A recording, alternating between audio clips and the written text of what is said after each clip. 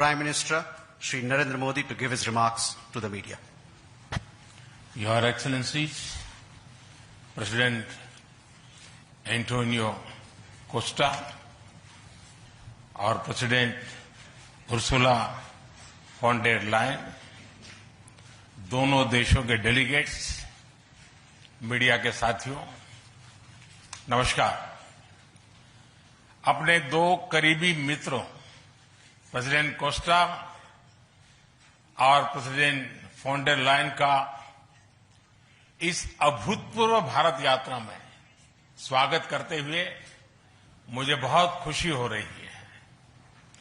Costa जी अपनी सरल जीवन शैली और समाज के प्रति प्रेम के आधार पर लिस्बन के गांधी के नाम से जाने जाते हैं और उर्सुला जी जर्मनी की पहली महिला रक्षा मंत्री नहीं, यूरोपियन यूनियन कमीशन की भी पहली महिला प्रेसिडेंट बनकर पूरी दुनिया के लिए एक प्रेरणा है। कल एक ऐतिहासिक क्षण था जब पहली बार यूरोपियन यूनियन के लीडर्स भारत के गणतंत्र दिवस समारोह में मुख्य अतिथि के रूप में शामिल हुए। आज एक और ऐतिहासिक अवसर है जब विश्व की दो सबसे बड़ी लोकतांत्रिक शक्तियां अपने संबंधों में एक निर्णायक अध्याय जोड़ रही है। फ्रेंड्स, पिछले कुछ वर्षों में भारत और यूरोपियन यूनियन के संबंधों में उल्लेखनीय प्रगति हुई है। साझा लोकतांत्रिक मूल्यों, आर्थिक सिनर्जी और मजबूत पीपल टू पीपल टाइज के आधार पर हमारी साझेदारी नई ऊंचाइयों तक पहुंच रही है। आज हमारे बीच 180 बिलियन यूरो का ट्रेड है। 8 लाख से अधिक भारतीय यूरोपियन यूनियन के देशों में रह रहे हैं और सक्रिय योगदान दे रहे हैं। हमने स्ट्रेटेजिक टेक्नोलॉजी से लेकर क्लीन एनर्जी, डिजिटल गवर्नेंस से लेकर डेवलपमेंट पार्टनरशिप, हर क्षेत्र में सहयोग के नए आयाम स्थापित किए हैं। इन्हीं उपलब्धियों के आधार पर आज की समिट में हमने समाज के सभी वर्गों को लाभ पहुंचाने वाले कई निर्णय लिए हैं। फ्रेंड्स, आज भारत ने अपने इतिहास का अब तक का सबसे बड़ा फ्री ट्रेड एग्रीमेंट संपन्न किया है। आज 27 तारीख है। ये सुखद संयोग है कि आज ही के दिन यूरोपियन यूनियन के 27 देशों के साथ भारत ये एफटीए कर रहा है। यह एक ऐतिहासिक समझौता हमारे किसानों, हमारे छोटे उद्योगों, इसके यूरोपियन मार्केट तक पहुंच आसान बनाएगा, मैन्युफैक्चरिंग में नए अवसर पैदा करेगा और हमारे सर्विसेज सेक्टर के बीच सहयोग को और प्रबल करेगा। इतना ही नहीं, यह एफटीए भारत और यूरोपियन यूनियन के बीच इन्वेस्टमेंट को बूस्ट करेगा, नई इनोवेशन पार्टनरशिप बनाएगा और वैश्विक स्तर पर सप्लाई चेन को मजबूत करेगा। यानी यह सिर्फ ट्रेड एग्रीमेंट नहीं है, यह साझा समृद्धि का नया ब्लूप्रिंट है। फ्रेंड्स, इस महत्वाकांक्षी एफटीए के साथ साथ हम मोबिलिटी के लिए भी एक नया फ्रेमवर्क बना रहे हैं। इससे भारत के स्टूडेंट्स, वर्कर्स और प्रोफेशनल्स के लिए यूरोपियन यूनियन में नए अवसर खुलेंगे। साइंस एंड टेक्नोलॉजी में हमारा लंबे समय से एक व्यापक सहयोग रहा है। आज हमने इन महत्वपूर्ण लिंकेजेस को भी और मजबूत करने का निर्णय लिया है। फ्रेंड्स, रक्षा और सुरक्षा सहयोग किसी भी स्ट्रेटेजिक पार्टनरशिप की नींव होती है और आज हम इसे सिक्योरिटी एंड डिफेंस पार्टनरशिप के जरिए औपचारिक रूप दे रहे हैं। इससे काउंटर टेररिज्म, मैरीटाइम और साइबर सिक्योरिटी में हमारी साझेदारी और गहरी होगी। यह रूल्स बेस्ड इंटरनेशनल ऑर्डर के प्रति हमारी साझा प्रतिबद्धता को भी बल देगा। इंडो पैसिफिक क्षेत्र में हमारे सहयोग का दायरा और बढ़ेगा और इसके साथ हमारी डिफेंस कंपनियां को डेवलपमेंट और को प्रोडक्शन के नए अवसर साकार करेगी। फ्रेंड्स, आज की इन उपलब्धियों के आधार पर हम अगले 5 वर्ष के लिए एक और भी एम्बिशियस और होलिस्टिक स्ट्रेटेजिक एजेंडा लॉन्च कर रहे हैं। एक जटिल वैश्विक वातावरण में ये एजेंडा स्पष्ट दिशा देगा, हमारी साझा समृद्धि को आगे बढ़ाएगा, इनोवेशन को गति देगा, सुरक्षा सहयोग और सुदृढ़ करेगा और पीपल टू पीपल टाइज को और गहरा करेगा। फ्रेंड, भारत और यूरोपियन यूनियन का सहयोग एक पार्टनरशिप फॉर ग्लोबल गुड है। हम इंडो पैसिफिक से लेकर कैरेबियन तक ट्राइलेटरल प्रोजेक्ट को विस्तार देंगे। इससे सस्टेनेबल एग्रीकल्चर, क्लीन एनर्जी और विमेन एम्पावरमेंट को ठोस समर्थन मिलेगा। हम साथ मिलकर आईमैक कॉरिडोर को ग्लोबल ट्रेड और सस्टेनेबल डेवलपमेंट की एक प्रमुख कड़ी के रूप में स्थापित करेंगे। फ्रेंड्स, आज ग्लोबल ऑर्डर में बड़ी उथल-पुथल है।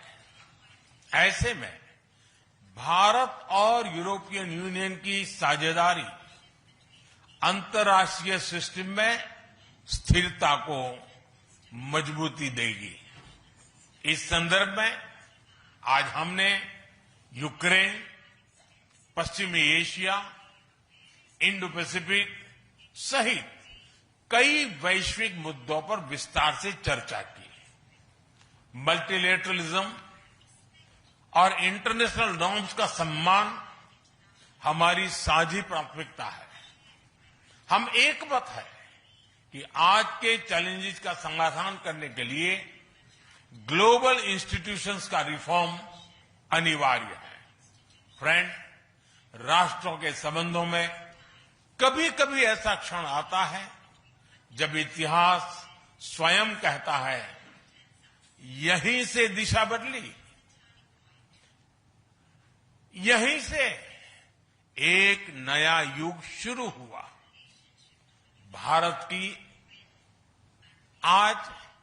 भारत की और यूरोपियन यूनियन की यह ऐतिहासिक समिट वही क्षण है।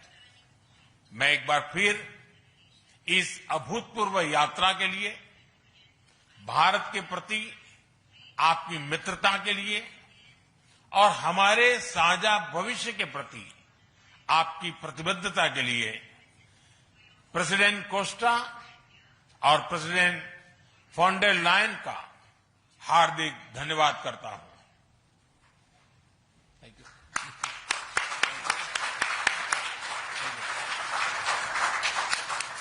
Thank you, sir. May I now request His Excellency, Mr. Antonio Costa, President of the European Council, to give his remarks to the media. Prime Minister Narendra Modi, my dear friends, dear Ursula, ministers, dear Kaya and Maros, good afternoon.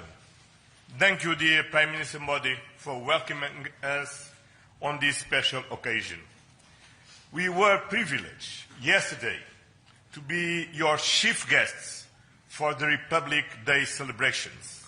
Such an impressive display of India's capabilities and diversity. Today is a historic moment. We are opening a new chapter in our relations on trade, on security, on people-to-people ties. I'm the President of the European Council, but I'm also an overseas Indian citizen.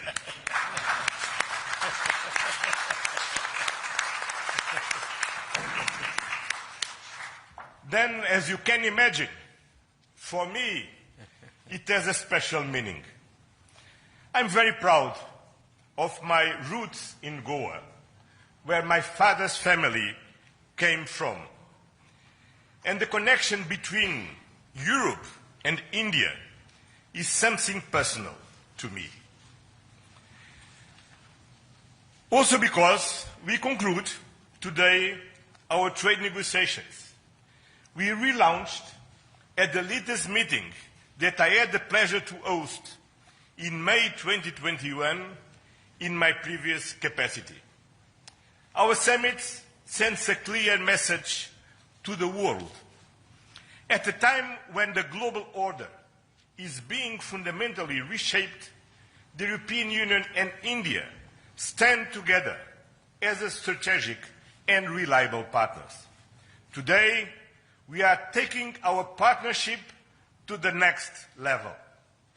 As the two largest democracies in the world, we are working hand in hand to deliver concrete benefits for our citizens and to shape a resilient global order that underpins peace and stability, economic growth, and sustainable development.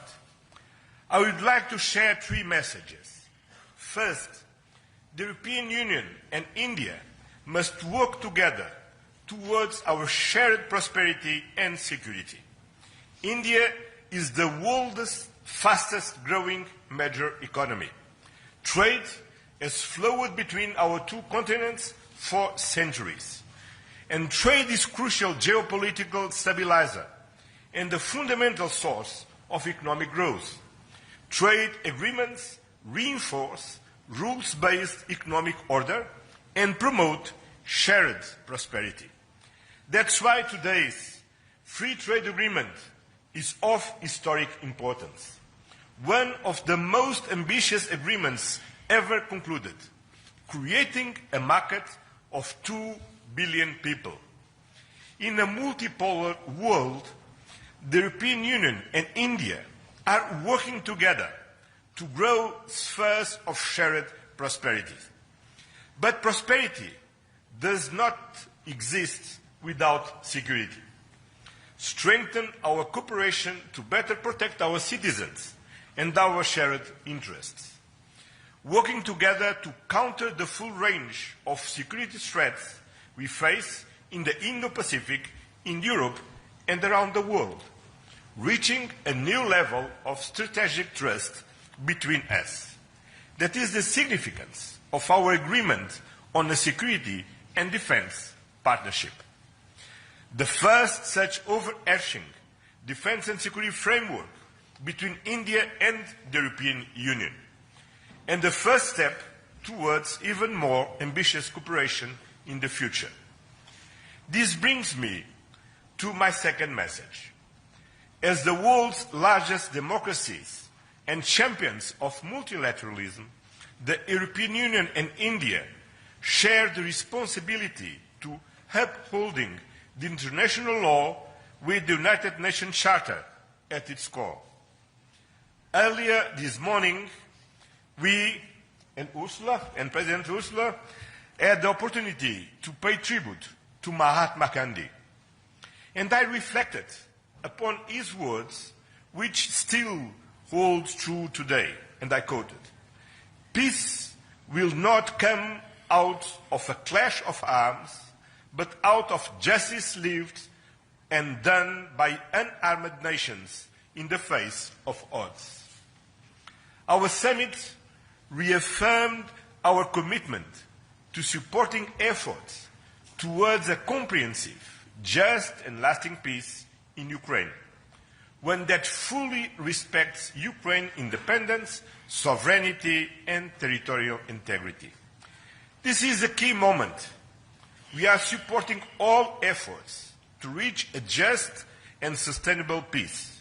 Ukraine has shown its readiness, including at the cost of difficult compromise. I know, dear Prime Minister, that we can count on you to help creating conditions for peace through dialogue and diplomacy. And this is my final message. Together, we must show leadership on global issues. Cooperation between the European Union and India will help shape a more balanced, resilient, and inclusive global order.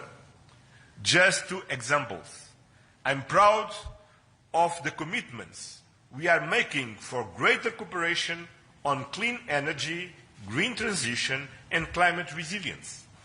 And our collaboration through the Global Gateway and on the India-Middle East-Europe Economic Corridor is decisive for global connectivity.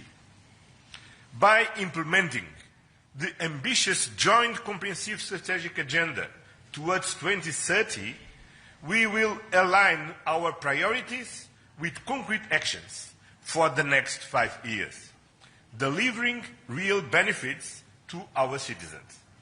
Today, we have tangible progress and set an example of cooperative leadership on global issues with our free trade agreement, our security and defense partnership, and our joint strategic agenda. These outcomes are crucial milestones on the longer path. We look forward to continuing the journey together, as always. Thank you very much.